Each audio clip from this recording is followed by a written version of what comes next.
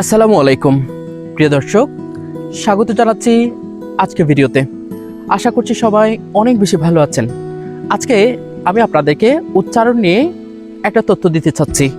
সেটা হলো, আপনি যখন শুদ্ধ উচ্চারণে কোনো একটা বাক্য বলবেন, তখন আপনাকে শুদ্ধ উচ্চারণে শব্দ বলতে হবে।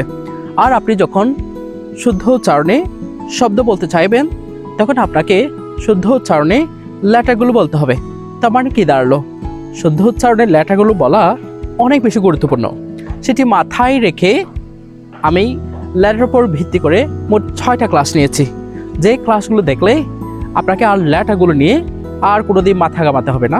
তবে বলে রাখি, ক্লাসগুলো এমনভাবে নেওয়া হয়েছে যেন আমি অফলাইনে আমার কোনো একজন শিক্ষার্থীকে ধরে ধরে পড়াচ্ছি।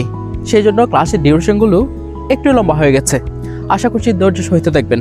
পরিশেষে বলতে চাই, যারা এখনও আমার স্মার্ট ইংলিশ পেজটি ফলো করে নাই, তাদেরকে ফলো করার জন্য অনুরোধ করা যাচ্ছে। সেই সাথে যারা ফলো করেছেন তাদেরকে অসংখ্য ধন্যবাদ। আসসালামু আলাইকুম।